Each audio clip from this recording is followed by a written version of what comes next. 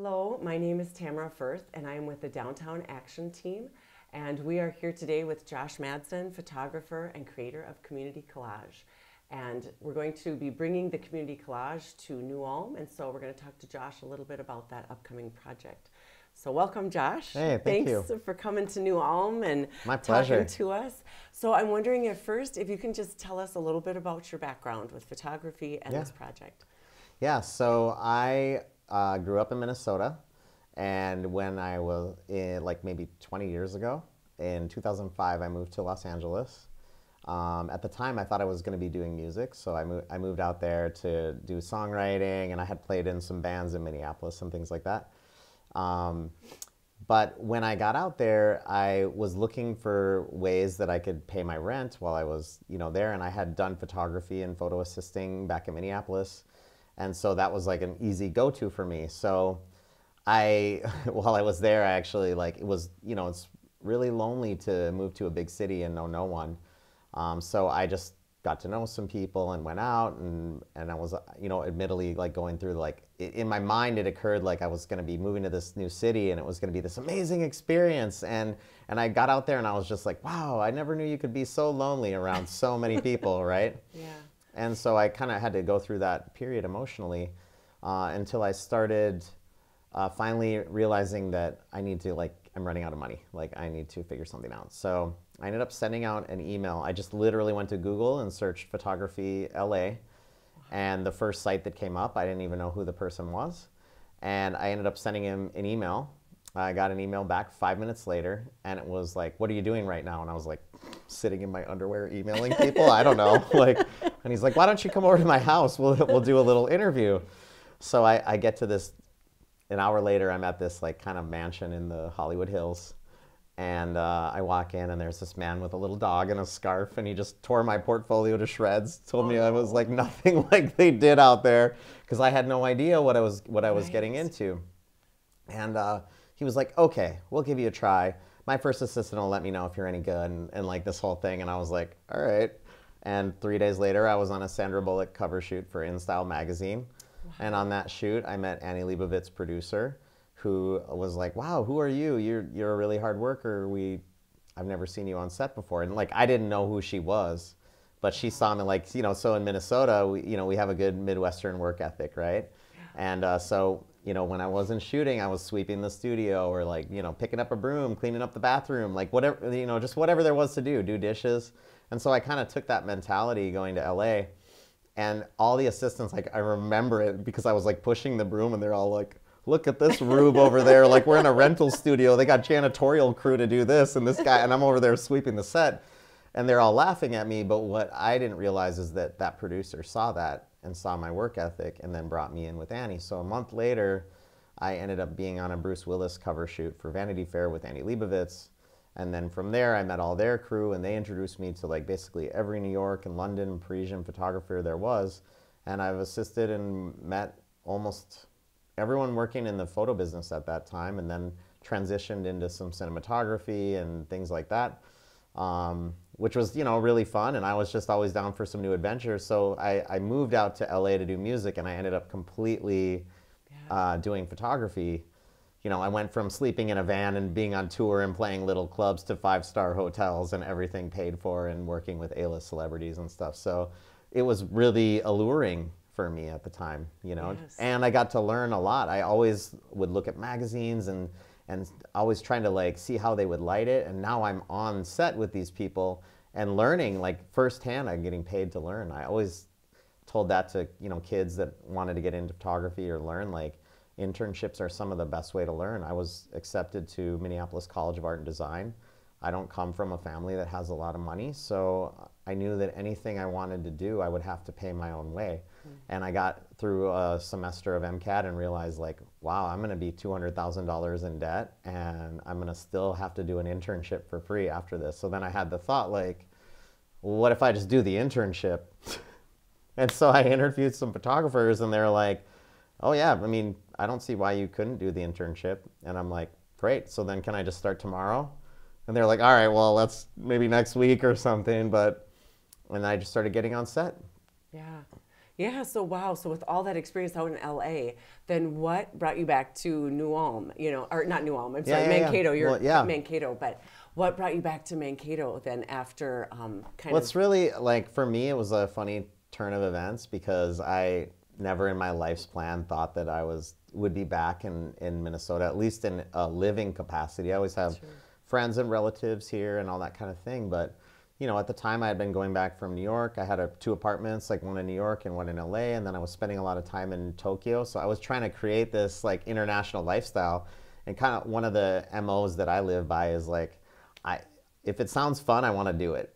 So if I can try to like create my life and figure out what I want to do, and I think it's very easy, maybe it's part of the human condition or something, we end up being victims of our own circumstances and victims of our own life, and we forget that like, and I don't necessarily mean this in a religious context, but I do think I am a very spiritual person, and I do have a strong relationship with God, with the Creator, and I want to be aligned with that like positivity and goodness.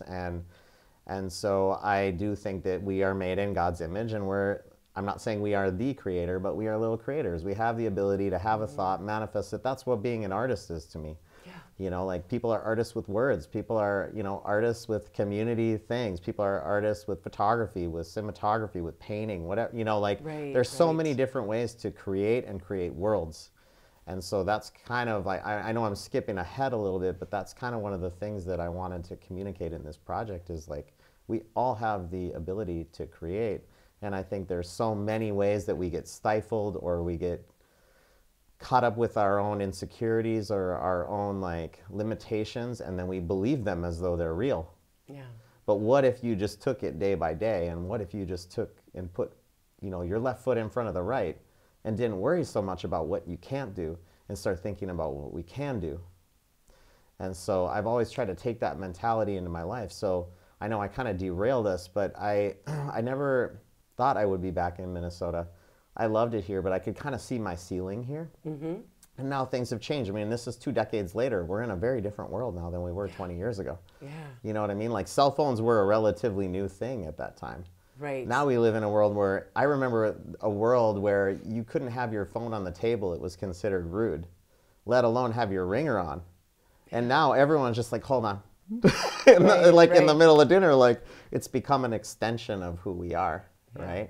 Which is a totally different thing. That's a huge paradigm shift in terms of a culture and society, and that's in 2 decades. I would say a lot of it's relatively in the last 5 to 10 years even. Yeah. And now kids that are being born, they're not going to know a world without that, Yeah. So as far as like you say, then being the creator and kind of not knowing those limitations, is that kind of what fueled this project that you've been working on? Like, there's multiple layers to the onion, and I think one of them is that for me, like, so the reason I ended up back here was COVID, to be honest. Like the whole industry shut down for a year and a half, if not longer than that. And I think for me personally at the time, like it shut down. It was just a perfect, maybe the universe or God or whatever you want to call it, telling me like, hey, you're on the wrong path. Here's your new path, right? But I had coincidentally put all my items in storage like a month before the pandemic. And so I just was like a free bird. I mean, in many ways, I still have that little thing, financially holding me back over there. But it was like, hey, here's your opportunity to leave this place that I honestly, admittedly, I would not have left if this had not happened. Sure. And so I got back to, my mom was like, well, just come back to Minnesota until, this whole thing blows over. And then when I got back to Minnesota, we were there for a few months and all that. And she's like, hey, we're going to move to Mankato. You should just come with us. And I was literally upset. Yeah. I was like, why would we move there? What are you talking about? We don't know anyone there. Yeah. And so I'm going through my own personal midlife crisis, I think, at the time. And also just, I went from a big city to a smaller city, and now we're going to an even smaller place that I don't know where anyone is, or who anyone is, excuse me. And so I, was hiding out. It was still lockdown time. And then finally I realized, like, I need to get out, like, after 6 months of being there, and I still didn't know anyone. I need to get out. I need to be in the world. I'm not used, like, it's not natural for human beings to be locked up in little rooms for long periods of time. That's just, we're herd creatures. Like, there's whole layers to that conversation. But I went out and I used to work in restaurants, so I went out and got a restaurant job, and still doing that as well. But I remembered what it was like to be around people. And at the time, I had not even thinking about doing photography. But my mom kept encouraging me. She's like, "Hey, are you gonna do something with your photography?" And I'm like, "Mom, there's not clients here for me. This is like a totally different market. There's nothing wrong with it at all. Right. I just didn't want to do weddings. They're a lot of stress. They're like, it just wasn't the thing that I wanted to do. I'd rather work in a restaurant because I can leave it at the end of the day and walk away. I don't need to worry about, like, did I miss the kiss moment? Did I, did I potentially ruin the biggest moment of these people's lives? I don't like that feeling. Yeah. When you're in a studio, we didn't get it right. All right, just shoot it again. You can't go to the bride and groom like, could you just do that kiss one more time? Right. So it just wasn't the thing for me. But my mom kept pushing me, like, hey, you should do something with your photography. So when we go to the coffee hag quite a bit. Like, that's one of our rituals still, is go there and have coffee and catch up. Because now I live locally, which is really a nice benefit to, actually have family close again. Because while I was out in California, I think I came home a handful of times just out of pure necessity and, building my career and financial obligation and all that kind of stuff. So now I'm in a place where I can actually see family relatively regularly, which has been a nice change for me. But she when we were at the coffee hag, she kept saying, like, "Oh, you should do something here." And I was like, "Mom, I don't know if I want to do something at a coffee shop. Like, that's just totally different from what I was doing." And so we get up to the front of the line, and the owner, Jen, is working, who is a lovely woman. And I didn't really know her at the time. It was just like waving at her when I'd be there. And she was like, "Oh, I didn't realize you were like a real photographer. Like, we should do something." And I was like, "Oh, I didn't realize how I would feel in that moment." I had all these preconceived notions about what I did and did not want to do. And there's ego at play, and we all have that. And I was just like, but when she said it to me, it kind of sparked something inside of me of like, oh, okay, well, maybe I should think about doing something here.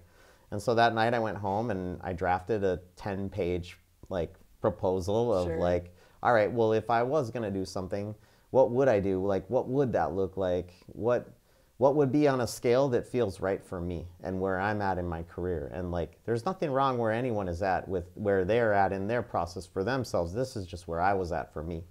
And so I drafted the proposal, and I came up with the idea of bringing people together. And there's multiple layers to this because, for me, I felt really divided and from everything that I knew. And I'm sure we can all relate. I watched like the riots happen all over the country, and just how divisive the media can be, and how all of these things got so polarized during COVID. Like, all these things where it's like, why don't we remember the humanity inside of all of us? Why don't we remember that we're all people just trying to figure this thing out? Yeah. And what if it's as simple as like just bringing people in a room, and that person that you preconceived notion, you thought you didn't like them, but you don't even know who they are. Why don't you give them a chance? Like, just have a conversation. You might have just met the best friend of your life and you don't even know it yet. So I thought, like, well, how's a fun way that I can do that? Well, why don't we bring out joy in people, and I can take portraits of people in a fun environment and create an experiential event. And I wanted to bring the production level and value to what I had done out in the coasts to something here. Yeah. And so we brought in large monitors so people could see the photos coming in real time. And I wanted to give people the experience of what it's like to be on a professional set and how that works. And so the result is people waiting in line got to see everyone's photos. So you'd hear these like collective, like, oh, when like a cute photo would come through of a baby, or like, when they saw, like, I can visually picture there's this couple who I want to say is probably in their late 70s or 80s, and I got them to kiss, and everyone was just like, oh, that's so cute. And they're like, if you go to communitycollage.org, I have a bunch of samples of the work up there, and they're actually, I think, the first image on there. But they are customers of the restaurant that I work at. So I put it in a spot up in the restaurant where it faces the booth that they always sit in when they come in. Perfect. And they were like, you did this for us. And I was like, you're dang right I did. Yeah.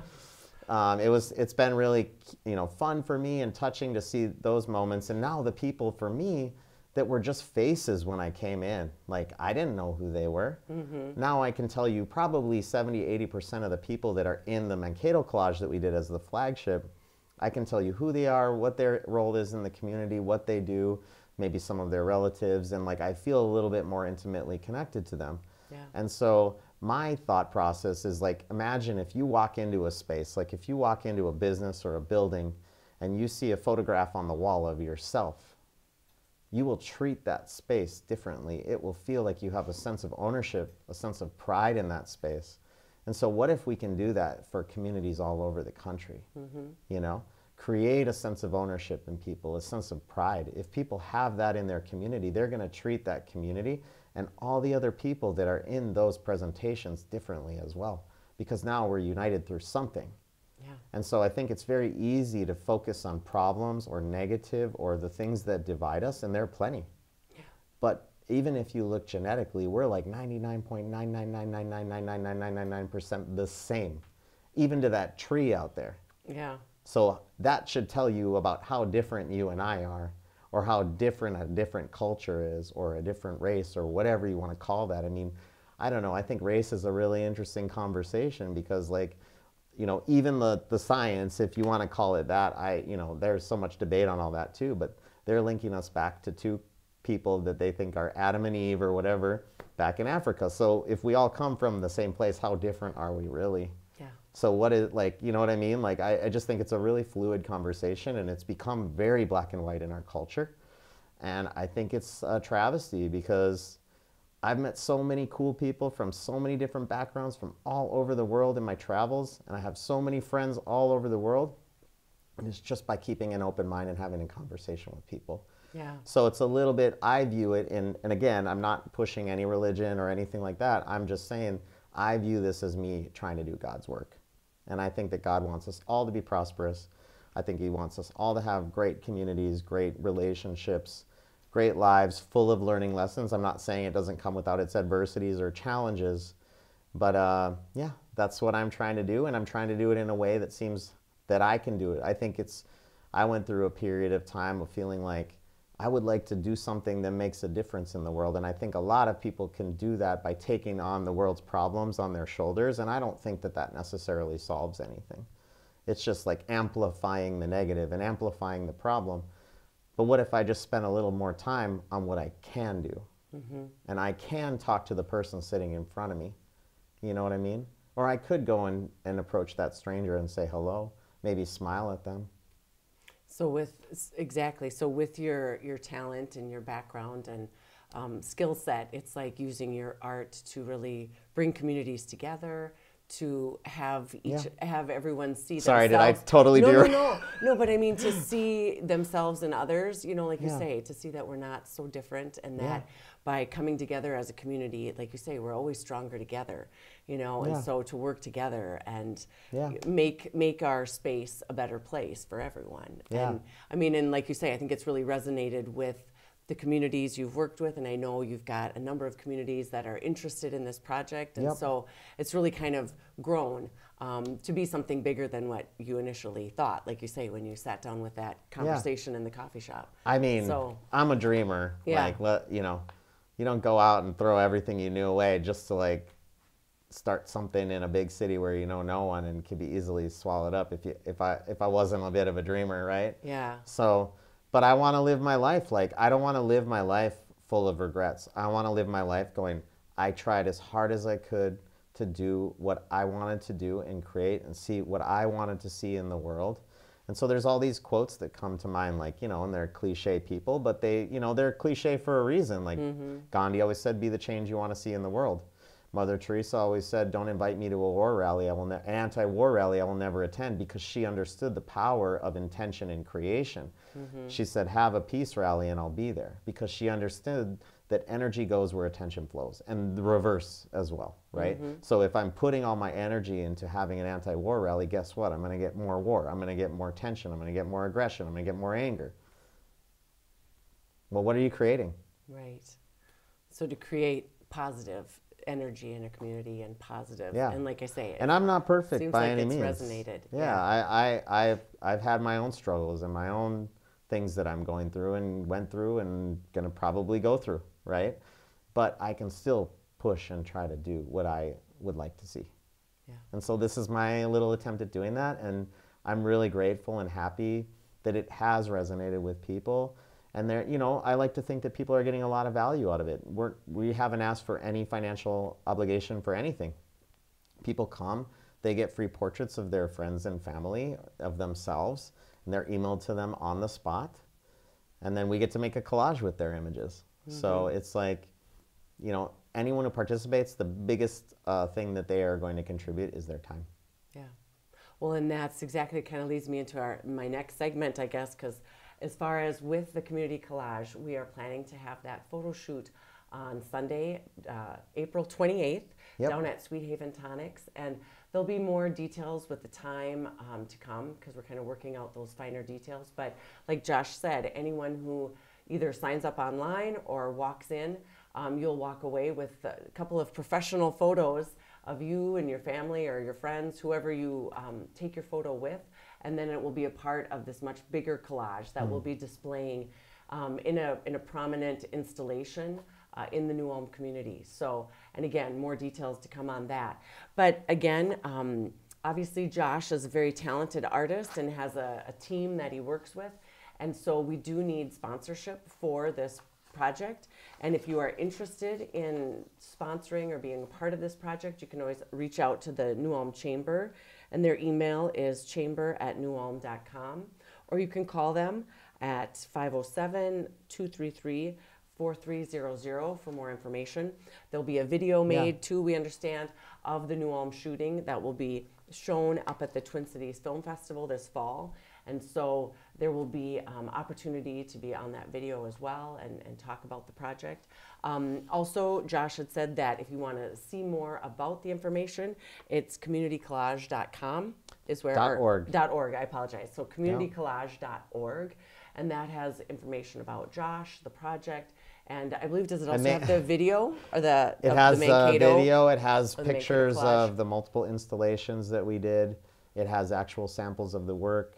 It has our calendar dates. Like, for example, in the Mankato area, we have about 10 shoot dates that are all sponsored now. Sure. Mankato Area Foundation is having their 50th anniversary, so it's their gift to the community, Wow. which I think is really cool. I mean, they've really, you know, and I can think of like Maureen Gustafson and those people, and Nancy Zalek, they really like come through and helping make this thing a reality. So it was so cool. Like the first year, I did a relatively poor job of documenting my hours, but I know it's like over 1,500 hours For sure. for free. And the printing alone was, you know, a nice 5-figure thing just to get it printed. Yeah. So, and, you know, thankfully we found a very generous donor who was willing to, you know, just pay for the printing itself, which was fine for me. It was my gift as well to the community. But it took a lot. I mean, we probably had 50 volunteers that came to do the install because, I mean, we had to build a frame so that the Coffee Hag itself is a historic building. Sure. And so we couldn't damage any of like the metal ceiling. I think it's tin maybe, or, you know, but those historic buildings. So I had to build a frame inside a frame to hang all of the photos on, and that took days. I mean, the install took like almost a month. Yeah. I don't imagine what we're trying to do the install. Right. It's going to be custom for every city that we do it in, which our goal is 20 cities in 3 years, and it's all going to be part of the film that we're making. But yeah, so the install I think would take a little bit less now that we figured out the ways. And I mean, I tested out like 10 different types of tape and all these different ways of like making it, you know, experimenting and trying to make it happen. But I think it's like with anything, a lot of times people don't realize like how much actually goes into something, like how many people participated, how many people's time, how many hours, like how much it actually costs. Yeah. And so what we're trying to do involves hundreds of community members. So well, and like you takes say, something. It's a wonderful way to give back to the community, to support the community, to really show that we are these strong communities, and you help each other. And I think art lives on, and so I think that too, it's an investment to show, you know, a snapshot really of your community at this time in history. And it, like I say, so to invest in that, and if you're interested, like I say, in investing and supporting and being a part of this project, reach out. I think we mentioned earlier too, just to touch on some of the other communities. We have some Minneapolis, we're looking at doing a few of their art fairs this summer, and we're going to be part of the Vibrant Storefronts campaign. So some of the images from Mankato are actually going to be placed in storefronts in Uptown and Loring Park and all those areas of Minneapolis. So we've got a lot of activations we're looking at there. Some part of like a Thai festival that's happening up there. We're talking with the some locations in Duluth right now. We have some very strong interest there. The city of Fargo, or excuse me, the city of Moorhead and Fargo is looking to get involved as well. But they have leveled the Moorhead Center Mall and are making a big new community civic center there. Perfect. And we're going to be shooting in Moorhead Days to create a permanent installation in their new civic center, which I'm really excited about. I think that'll be fun. I was actually born in Moorhead, so it's kind of like kind of like a homecoming for me in a way. Yeah. Which I think is pretty cool. But their team has just been fantastic.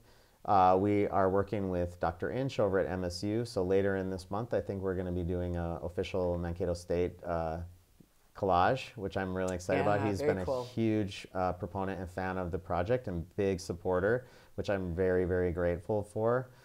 He's been showing our video, which you can see at communitycollage.org as well, at a lot of their conferences. So I'm really blessed to have that. You know, all the stars aligned. We'll be doing their collage. Gustavus, we have some conversations going. South Central, I'm meeting with them next week to talk about doing collages for them. So I'm just honestly overwhelmed and excited about all the interest that's there, and it's far greater than I could have anticipated. Yeah, well, and we're excited to have you in New Ulm, so. And, you know, not to go without mentioning how exciting this is. I think Sweet Haven is such a beautiful, I mean, you introduced me to Bridget that did some of their interior design, and I think they have made a beautiful business, and, you know, we carry their tonics at the restaurant that I work at, and it's really cool to see small business owners. And I think, you know, for me personally, being a small business owner and watching how COVID destroyed a lot of that, like, you know, a lot of the businesses that remain were these big box stores and all that kind of stuff. So it's cool to see that you can't kill the human spirit. People still will figure out ways to create business and to thrive. And that's what I want to see, a collective prosperity. All right. Well, that sounds like a great way to wrap it up, I guess. Unless you had anything else to add. I mean, I feel like I just talked everyone's ears off, but.